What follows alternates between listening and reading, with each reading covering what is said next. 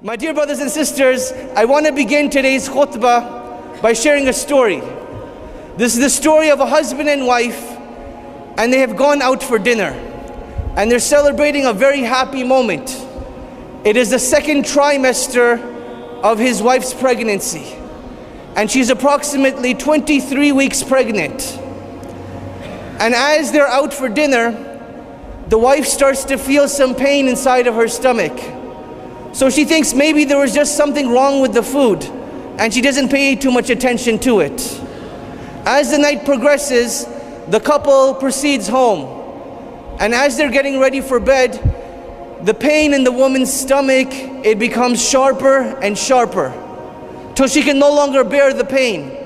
So she tells her husband, "My dear husband, please take me to the hospital. This pain is unbearable." And they go to the hospital, and the doctors start to do their checkups, and the doctors tell the wife that she is now going into labor. The wife, surprised and shocked, she says, "How is this possible? The baby's too young to be born. It's only 23 weeks old."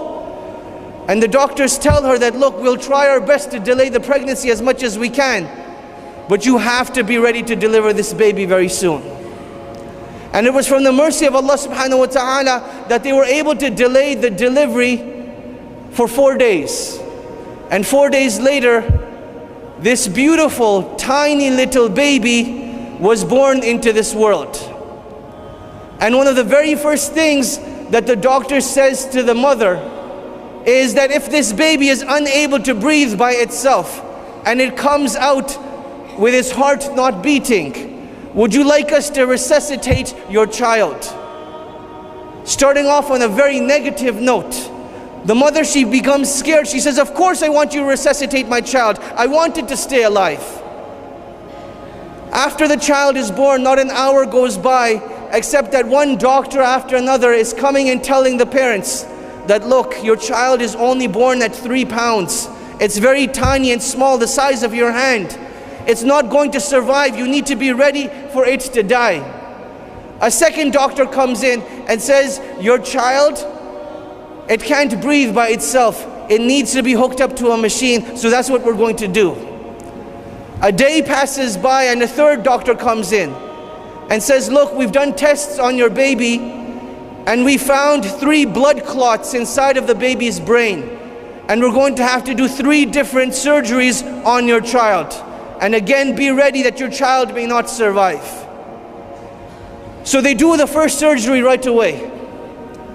And at that time, people start to come visit this couple and start to come and visit the baby. The grandparents, the aunts and uncles, the cousins, the nieces and nephews, they all come.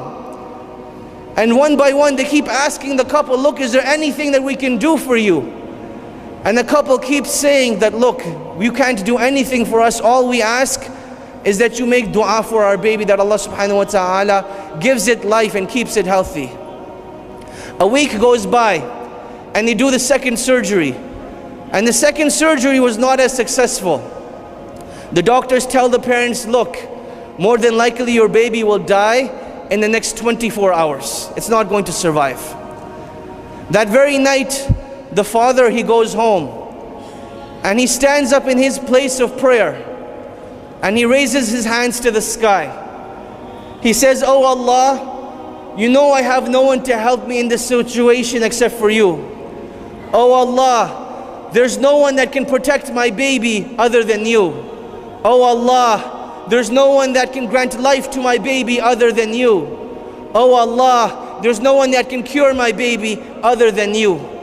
I ask you by your majesty, I ask you to show me your miracles in my baby, and let my baby stay healthy and be alive." The doctors come the next day and say that Alhamdulillah, the baby is healthy, but you have to be ready that if we perform the third surgery, it's going to grow up mentally slow and physically disabled. And the parents are like, "Doesn't matter, we want to do the third surgery." They do the third surgery, and Alhamdulillah, that too is successful. Now let's jump forward 2.5 years to our present day. That baby girl, she is now healthy.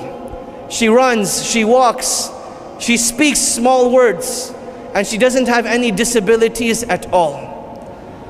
And Allah subhanahu wa ta'ala protected her and saved her and made her healthy. And this is a reminder so that we will have certainty in the words of Allah subhanahu wa ta'ala when He says, وَآتَاكُم مِّن كُلِّ مَا سَأَلْتُمُوهُ وَإِن تُعُدُّوا نِعْمَةَ اللَّهِ لَا تُحْصُوهَا. That Allah subhanahu wa ta'ala will give you each and every single thing that you desire. And if you were to try to count the blessings of Allah subhanahu wa ta'ala, you would never be able to do so.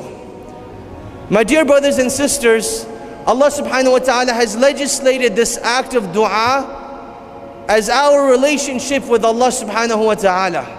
It is our way of conversing with Allah subhanahu wa ta'ala. And that is why it is the one of the most beloved acts of worship.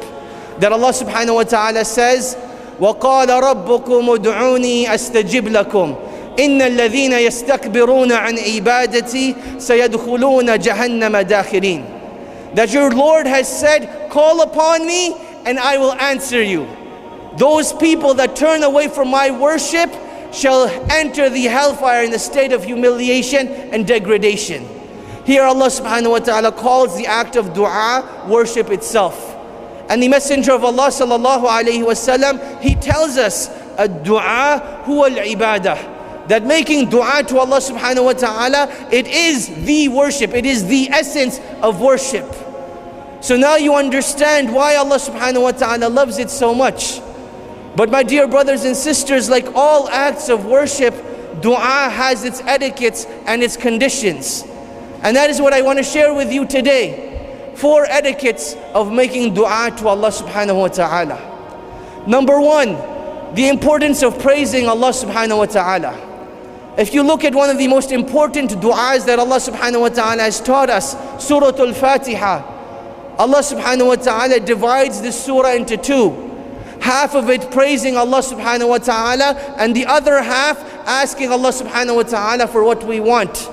So Allah subhanahu wa ta'ala begins this surah by saying, Alhamdulillahi Rabbil Alameen, Ar-Rahman Ar-Rahim, Maliki Yawmiddin, Iyaka na'budu wa Iyaka nasta'een. So Allah subhanahu wa ta'ala begins this surah by saying, praise be to Allah, Lord of the worlds and the universe, the most merciful, the most compassionate, Master of the day of judgment, and only He do we worship and only He do we seek assistance from. So half of this dua is just praising Allah subhanahu wa ta'ala. And part of our dua is that before we ask Allah subhanahu wa ta'ala for what we want, we should be praising Allah subhanahu wa ta'ala and glorifying Him and mentioning His beautiful names, names that are appropriate for that which we are asking for. Number 2, the importance of sending salah and salam upon the Messenger of Allah sallallahu alayhi wasallam. Our predecessors tell us that our du'as are suspended between the heavens and the earth until we send salah and salam upon the Messenger of Allah. Meaning that part of your dua should be sending salah and salam upon the Messenger of Allah if you truly want your dua to reach Allah and to be accepted by Allah subhanahu wa ta'ala. Number 3, you should be making dua with an attentive heart.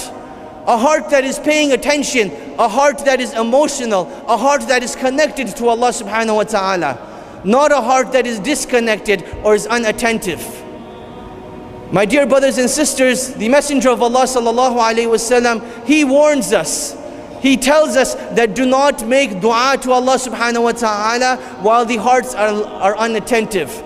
But rather make dua to Allah subhanahu wa ta'ala while you are certain that Allah subhanahu wa ta'ala will answer your supplications. So how many times do we just raise our hands and do lip service, asking for things in the Arabic language that we don't even understand? This is not a favor to Allah subhanahu wa ta'ala, but this is a disservice to ourselves.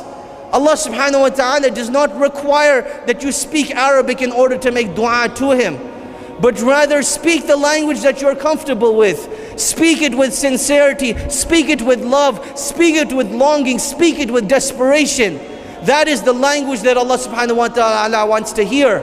That how weak we are and how strong Allah subhanahu wa ta'ala is. How capable Allah subhanahu wa ta'ala is and how incapable we are. How rich Allah subhanahu wa ta'ala is and how poor we are. This is the type of heart that we should be presenting to Allah when we make dua to Allah subhanahu wa ta'ala. And the fourth and last etiquette, my dear brothers and sisters, is that when we make dua to Allah subhanahu wa ta'ala, it shouldn't just be for this dunya, but rather it should be for the akhirah as well. And I want to share two clear examples with you for this. Example number one is the example of Adam alayhi salam. That Adam alayhi salam, he made a mistake, and Allah subhanahu wa ta'ala taught him what to say to seek forgiveness. And Allah subhanahu wa ta'ala taught him the beautiful words, رَبَّنَا ظَلَمْنَا أَنفُسَنَا وَإِن لَمْ تَغْفِرْ لَنَا وَتَرْحَمْنَا لَنَكُونَنَّ مِنَ الْخَاسِرِينَ. That, oh our Lord, we have wronged and oppressed ourselves. And if you do not forgive us and show mercy to us, we shall surely be of the losers. And you'll notice, my dear brothers and sisters, that Iblis, he too made a mistake. And he too made dua to Allah subhanahu wa ta'ala. But look at the dua that Iblis made to Allah. He said, Rabbi anzirni ila yawmin yub'athun. That my Lord, grant me life, grant me time till the day of judgment. So he's asking purely of this world, wants nothing of the hereafter, who is not concerned about forgiveness from Allah subhanahu wa ta'ala. But Adam alayhi salam, his focus was on the akhirah. His focus was on forgiveness. His focus was on being spiritually connected with Allah subhanahu wa ta'ala. So what we learn from this, my dear brothers and sisters, is that when we make dua, if we are spiritually connected and we ask for the akhirah, we're following the way of the prophets. And if we're purely just asking for this dunya, asking for money, asking for jobs, asking for spouses, then this is the model of shaitan, and this is the following of the footsteps of shaitan. A more clearer example, my dear brothers and sisters, is that Allah subhanahu wa ta'ala, He gives us an example of dua in the Quran. Perhaps one of the most beautiful examples, where Allah subhanahu wa ta'ala, He teaches us that one of the best du'as we can make is رَبَّنَا آتِنَا فِي الدُّنْيَا حَسَنَةً وَفِي الْآخِرَةِ حَسَنَةً وَقِنَا عَذَابَ النَّارِ. That, oh Allah, grant us good in this life, grant us good in the next life, and save us from the punishment of the hellfire. So if you look at this dua, you'll notice that it's divided into three parts. One part of this dunya and two parts of the akhirah. Asking good for this life, asking good for the next life, and asking to be saved from the punishment of the hellfire. So this teaches us the balanced equation with which we should be making dua to Allah subhanahu wa ta'ala, where one part is for this world and two parts are for the hereafter. And bi'idhnillahi ta'ala, in the second part of the khutbah, I want to share with you other mistakes that people make when making dua to Allah subhanahu wa ta'ala. بارك الله لي ولكم في القرآن العظيم ونفعني وإياكم بما فيه من الآيات والذكر الحكيم. أقول قولي هذا وأستغفر الله لي ولكم ولسائر المسلمين فاستغفروه إنه هو الغفور الرحيم. So let us recap what we've taken so far. We've learned that Allah subhanahu wa ta'ala will answer each and every one of our supplications. And from the etiquettes of making dua to Allah subhanahu wa ta'ala is that we should praise Allah subhanahu wa ta'ala. Send salah and salam upon the Messenger of Allah sallallahu alayhi wasallam. Number three, we should make dua with an attentive heart, certain that Allah subhanahu wa ta'ala will answer our supplications. And number four, we should be balanced in making dua. And by balanced we mean making more dua for our akhirah than we do for our dunya. And as I begin the second part of my khutbah, my dear brothers and sisters, I want to share with you another beautiful story. This is the story of a man who was originally Egyptian, but he lives in the beautiful city of Al-Madinah Al-Munawwarah. And he has made Hajj for the last 20 years in a row, every single year. And he was doing an interview recently, and he was asked, you as a janitor, as a poor man, what do you think is the cause that Allah subhanahu wa ta'ala keeps calling you back to His house? So in this interview, the man says, this is purely from the blessings of Allah subhanahu wa ta'ala. And I'm not sure of the exact reason, but I do remember a particular incident in my very first Hajj, that I saved up for the whole entire year before I came for my first Hajj. And I went on this great journey. And as I'm on a bus on my way to Mecca, I see this old woman who is old in age. big in size, struggling to walk with her cane, and you can see that she is in an immense amount of pain. So I thought to myself, what type of individual would I be if I, as a young man, sat on a bus and this old woman had to walk all the way to Mecca? So while we were stuck in traffic, I got off the bus and I went to this woman and I said, "Oh, my dear mother, I ask you by Allah that please take my seat and I will walk in your place instead." And this woman, she started to cry with tears, thanking Allah that Allah subhanahu wa ta'ala had sent someone that would take her on a bus rather than her having to walk. And as she was getting on the bus, she turns around to that man and she says, "Oh, my dear son, I pray to Allah that Allah subhanahu wa ta'ala never prevents you from making Hajj again." And he says, "Allah knows best, but I believe that was the cause that each and every single year Allah subhanahu wa ta'ala sends someone knocking on my door that requests my help in going for Hajj, or they request my company, or they say, I want to take you to Hajj for free." And each and every single year for the last 20 years, this is what has happened. My dear brothers and sisters, when we make dua to Allah subhanahu wa ta'ala, we need to remember that nothing is impossible for Allah subhanahu wa ta'ala. Ibrahim alayhi salam, he was thrown into the fire, and Allah subhanahu wa ta'ala told the fire to be cool and peaceful. Maryam, the mother of Isa, Allah subhanahu wa ta'ala granted her a miraculous birth, even though it was not humanly or physically possible. Isa alayhi salam was born speaking in his cradle. Yunus alayhi salam was devoured whole by a whale and taken to the bottom of the ocean. And when he called out to Allah, Allah subhanahu wa ta'ala was there to protect him and grant him that which he desires. My dear brothers and sisters, that is our relationship with Allah subhanahu wa ta'ala. وَآتَاكُم مِّن كُلِّ مَا سَأَلْتُمُوهُ. That if you were to ask Allah subhanahu wa ta'ala, Allah subhanahu wa ta'ala is shy to turn our hands away empty-handed. Rather, we are the ones that fall deficient, that Allah subhanahu wa ta'ala has given us this great blessing, yet we do not take advantage of it. My dear brothers and sisters, Allah subhanahu wa ta'ala does not get angry when we keep asking for the things that we want and desire. Allah subhanahu wa ta'ala becomes angry when we don't ask of Him, when we think of ourselves self-sufficient. My dear brothers and sisters, Allah subhanahu wa ta'ala loves the slaves that humbles themselves in front of Allah subhanahu wa ta'ala. And He detests the slaves that think of themselves as free from Allah subhanahu wa ta'ala, not needing Allah. And one of the ways that we show our dependency upon Allah subhanahu wa ta'ala is asking Allah subhanahu wa ta'ala for each and every single one of our desires.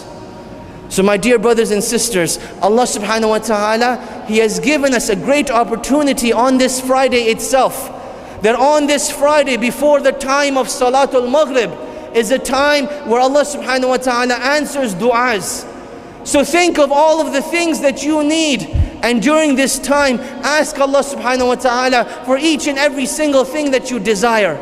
And let Allah subhanahu wa ta'ala show you His miraculous nature, His generous nature, His loving and caring nature in granting you each and every single thing that you desire.